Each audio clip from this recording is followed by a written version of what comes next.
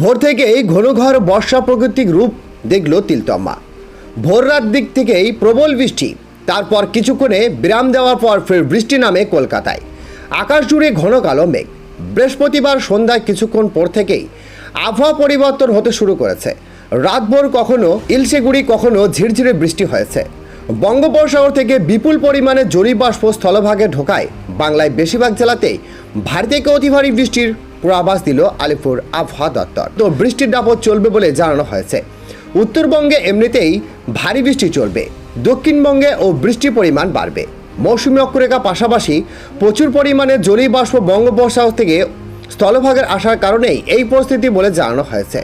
তো প্রিয় দর্শক, বিস্তারিত জানতে হলে ভিডিওটিকে সম্পূর্ণ দেখবেন, ভালো লাগলে একটি লাইক করবেন। আর এই ধরনের লেটেস্ট ট্রেন্ডিং আপডেট ভিডিওগুলি সবার প্রথম পাওয়ার জন্য আমাদের চ্যানেলটিকে সাবস্ক্রাইব করে পাশের বেল আইকনটিকে প্রেস করে অল নোটিফিকেশনটিকে ক্লিক করে আমাদের সঙ্গে থাকবেন। তো চলুন এক নজরে দেখে নেওয়া যাক। শুক্রবার উত্তরবঙ্গে জলপাইগুড়ি, কালিম্পং, আলিপুরদুয়ার অতি ভারী বৃষ্টিপাতের সম্ভাবনা রয়েছে। এছাড়া দার্জিলিং, কোচবিহার ভারী বৃষ্টিপাত হতে পারে। বাকি জেলাগুলিতে হালকা থেকে মাঝারি বৃষ্টিপাতের সম্ভাবনা রয়েছে। ভারী বৃষ্টিপাত হতে পারে। জলপাইগুড়ি, কালিম্পং, আলিপুরদুয়ার শুক্রবার ও শনিবার ভারী বৃষ্টির কমলা সতর্কতা জারি করা হয়েছে। দার্জিলিং, কালিম্পং, আলিপুরদুয়ার, কোচবিহার এবং জলপাইগুড়ি জেলায় ওই দুদিন বিক্ষিপ্তভাবে ভারী বৃষ্টিপাত হতে পারে। মালদহ, উত্তর দক্ষিণ দিনাজপুর জেলায়, দার্জিলিং, কালিম্পং জেলায় ধসের সম্ভাবনা রয়েছে।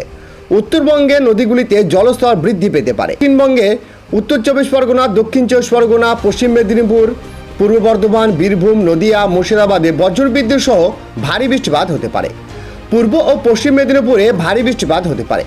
বাকি জেলাগুলিতে হালকা থেকে মাঝারি বৃষ্টিপাতের সম্ভাবনা।